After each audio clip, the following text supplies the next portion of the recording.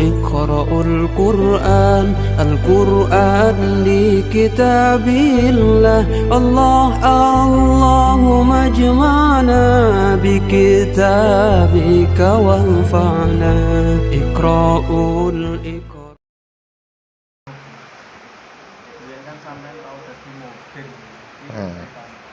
Nah, kita bahas nih tentang mudin, Mas Ade. Jadi banyak orang selalu meremehkan mudin dan selalu menjas mudin iki dadi mudin gampang. Padahal wis ngomong nih mudin, rangkaian mudin itu rangkaiane fidini fid dunya hadal akhirah. Dunya tekone akhirat. Sampai bahkan sing ngeterne nyawa ning akhirat iki liyane mudin ra enek. Makanya wis bahas mudin kuwi luar biasa. Cuman banyak di halayak banyak. Mudin iki dianggap gampang dadi mudin terus diremehne. Sampai ada hadis yang mengatakan, bahkan Allah sendiri juga berfirman bahwa di dunia ini ada manusia yang apabila dia itu mulianya melebihi malaikat. Nah, itu yang pernah saya alami. Di antaranya menungso sing paling mulya kuwi lak wis ngomong niku jelas wong sing cedhek karo Gusti Allah. Makane sampai enek wong arep mati kuwi mudin ngerti. Padahal lak dipikir kudune malaikat dhisik sing arep njabut. Cuman anehnya nyopo malaikat urung jabut kok mudin wis arep ngerti bahwa si A, si B kuwi arep mati. Kuwi mudin ngerti dhisik. Kuwi lak ora menungso cedhek karo Gusti Allah, kuwi gak mungkin. Lah untuk mencapai tarapan manusia itu dekat dengan Allah, itu kuncinya ketika pengalaman saya jadi mudin guru siji sebenarnya. Menungso kuwi kudu ikhlas. Ikhlas dalam artian ketika dadi mudin biyen, mudin kuwi gak duwe salah apa-apa. Cuman banyak orang yang selalu mengatakan Mbah Mudin ki ora ndang-ndang. Mbah Mudin ki selak arep ngarit, selak arep kerja, selak arep anu. Padahal Mbah Mudin setelah ngedusi mayit, ngafani mayit, nyolati mayit, ketika sing nggali kuburan juga wis rampung, Mbah Mudin arep budal nih, ahli waris ngomong, "Mbah, njaluk tulung, Mbah. Anake atau ahli waris cek neng dalan, dinteni sekedap ya, Mbah." "Oh nggih." Nah, ketika kuwi Mbah Mudin metu kon jero omah, sing layat ning jaba wis gemreneng. "Mbah, nanti budalne engko dhisik," jare Mbah Mudin. Jare wong-wong, "Oh, Mudin ora ndang-ndang suwen selak ngarep ngarit selak arep udan." Tapi apakah Mudin saat itu sakit hati? Tidak. Beliau hanya diam dan tersenyum. Makanya sampailah di situ Mudin diangkat derajatnya karo Gusti Allah, sampai menungso cedek karo Gusti Allah. Ya kuwi mang krana keikhlasannya Mudin. Makanya saat dadi Mudin, subhanallah, Mas Ade, ketika tak rasane biyen. Lah kuwi enek persyaratan tertentu ora? Misalkan orang menjadi Mudin.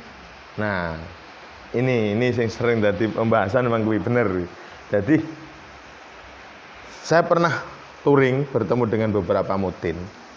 Kuwi sampai enek mudin kuwi ngeluh, "Pak, aku ki didadekne mudin jane gak sanggup."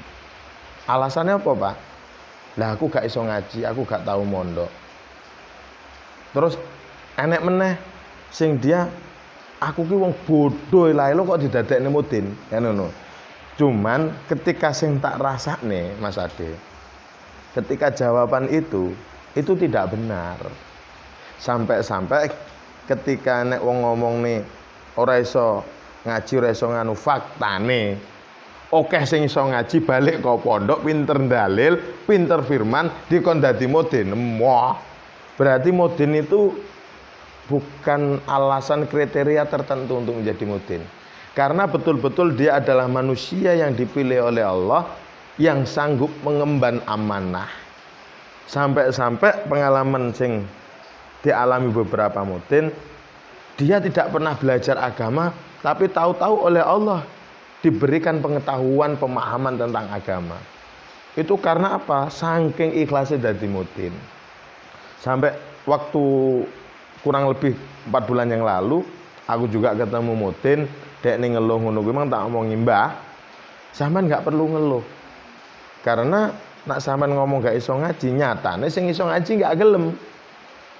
Jadi jenengan memang dipercaya oleh Allah yang bisa mendoakan si ruh dan si mayit supaya bisa diterima oleh Allah dan bisa masuk surganya Allah. Makanya sampai-sampai ngelak Mudin kuwi dongane gak mandi Mas Ade. Gak mungkin bendina dikongkon donga. Makanya lah kriteria Mudin untuk menjadi persyaratan dadi Mudin nggak ada kalau menurut Ade. Terus yang berkesan selama jadi Mudin, ada nggak sesuatu yang ngerasa ning awake sampeyan iki kok miliki Mudin? Masya Allah. Jadi rata-rata orang yang pernah jadi Mudin itu pasti ngalami istidrok. Istidrok iki bahasane ngene Mas Ade. Jadi mengalami ketakutan sing luar biasa. Karena dia akan melihat kejadian-kejadian aneh yang kasat mata, yang bahkan orang lain tidak bisa melihat. Tapi Mudin bisa melihat. Dan itu bukan rekayasa. Cuman persentase, enggak semua Mudin oleh Allah diberikan seperti itu. Karena tetap ada Mudin ini diberi kelebihan dalam yang ininya. Bahkan ada Mudin yang betul-betul bisa melihat roh ketika akan pulang ke sana. Sampai si A, si B, si C ini kok sedina meneh rong dina meneh sampai sekian puluh tahun dia tahu. Itu karena apa? Itulah sing tak rasane apa ya? Bisa dikatakan sing paling saya ingat. Jadi nak cara ibaratnya cara pengalaman urip sing sangat-sangat tidak bisa saya lupakan. Terkesan banget lah. Ternyata subhanallah. Jadi selama ini apa yang dibahas oleh para pakar, para ahli-ahli ilmu tentang bahas ini, mak itu, tentang roh dan ini dan itu. Ternyata saat dadi Mudin itulah Allah menjawab semuanya. Nah, ceritane lah tentang seputar pengalaman Mudin. Ini sejak kapan itu? Apa semasa sampai bujang atau sekeluarga? Memang nak wis cerita Mudin Mas Ade. Biasanya dia ketika jadi Mudin awal itu ujiannya rata-rata itu dia akan ditinggal oleh orang terdekatnya. Itu yang paling terkesan banget yaitu. Jadi ketika zaman bujang kita nggak pernah berpikir mau jadi Mudin, mau mak ini mak itu nggak pernah. Cuman ya itu tadi saat jadi Mudin itulah wahyu ataupun hidayah ataupun pengetahuan ataupun pemahaman ilmu yang diberikan oleh Allah. Sampai-sampai bahkan saat itu saya sendiri tahu ketika orang tua saya akan meninggal dunia, bapak saya. Kemudian saya selalu menolak dalam hati saya, urung, bapakku urung arep mati. Bapakku urung arep mati, aku ngono kan. Jadi ceritaku sampai itu orang tua saya pernah diujurne ngalor wesan jam 2 malam. Kemudian pada waktu pagi, waktu subuh tak bangun dia. Pak tangi subuh. Kata bapak saya dia terbangun. Karena saat itu saya berdoa kepada Allah, ya Allah, saya belum sanggup ditinggal orang tua saya. Karena apa? Karena merasa ilmu saya belum mampu. Saya butuh dibimbing, saya butuh ditemani oleh orang tua saya. Nah kemudian orang tua saya hidup lagi. Sampai saat itu 1 minggu hidup beliau. Dan orang tua saya ngalami drop saat itu 3 kali sampai tidak bernapas itu 3 kali. Sampai akhirnya pada suatu ketika malam saya sholat malam, kemudian ada suara. Tapi saat itu saya sudah menata diri saya. Ya Allah, apa yang terbaik untuk orang tua saya nggak tahu. Saya hanya pasrah. Apa yang terbaik hanya Engkau yang tahu ya Allah. Saya sholat malam, kemudian ada suara. Pak pamit, Pak wis arep bali. Kemudian spontan waktu saya sholat itu melihat cahaya besar banget. Luwap itu. Pikirku, ya Mas Ade, pikirku ki bapakku sehat deh. Dari sakitnya bapakku sehat. Nah, sampai saya cerita dengan teman saya yang namanya Didin. Ya, ini. Jadi cerita karo jenenge Didin kuwi, "Din, bapakku sehat." Iki bar salat subuh. Tapi nggak tahunya jam 7 pagi ternyata bapak berangkat waktu itu. Dan saat bapak mau berangkat saat itu ataupun mangkat, itu bapak ngomong sama saya, "Le, Pak tak turu." Jadi bapak saya berpamitan ingin tidur katanya. Uniknya kan itu. Setelah itu saya bilang, "Ya lah turu loh Pak." Karek turu. Setelah saat itu bapak pamitan tidur, saya ngobrol dengan kakak, dengan teman-teman. Tahu-tahu, loh, kaki bapak kok dingin. Nggak ngerti ya bapak saat ngomong tidur itu ternyata berangkat. Tuh, saya melihat kejadian-kejadian tentang roh saat itu di situ. Jadi banyak halayak yang selalu menceritakan tentang pengetahuan ilmu, tentang pemahaman ilmu, tapi mungkin yaitu tadi pengalaman itu tidak bisa menipu. Jadi Mas Ade tekok karo Abi, lha kuwi Abi mbiyen belajar ilmu apa kok sampai ndelok roh. Sampai ada seorang Gus juga bertanya sama Mas Ade, "Apa amalane apa Pak Yai? Kok iso ndelok nu?"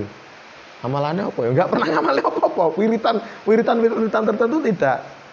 Ya itu tadi karena mungkin Allah memberikan ilham, memberikan sebuah inayah ataupun hidayahnya. Karena apa? Karena dari keikhlasan. Makanya sampai kalau kita berbicara tentang mudin gila coro ibarate wong bodoh nih rame-rame. Makanya ketika ndiwinge nek teko juga Mas Ade kanca. Moro ning pondok kene. Pak Yai ning nggon aku mudine ninggal. Iki sapa sing arep dadi mudin kira-kira menurut sampean sapa? Lah iki aku tapi guyonan Mas Ade. Golek wong goblok. Golek wong goblok sing ora iso apa-apa engko dadekno mudin. Terus dia ning protes. Enak to. Mudin wong goblok jare kan aneh. Tadi mudin kok wong goblok lah terus setelah itu tak koyiti. Maksudnya goblok ki ngene lho Kang Iwan. Coba bayang nih, lagi enak-enak neng ladang arep mupuk. Roh-roh enek kabar wong ninggal, iki gelem gak gelem balik mudin nggawa pupuke. Lagi enak-enak deres wis mendung sarep udan. Kudune dicukak dhisik ben ra kopyor anune apa? Karete. Krana enek wong ninggal balik. Lho. Terus orang goblok nih piye mudin coba. Wis ahli waris ketika enek wong ninggal semisal enek jenazah bengi, anak putune utawa ahli waris turu, tangga teparo anggere bengi padha balik. Mudin iki gur meneng ning nunggoni mayit, koyo wong bodoh.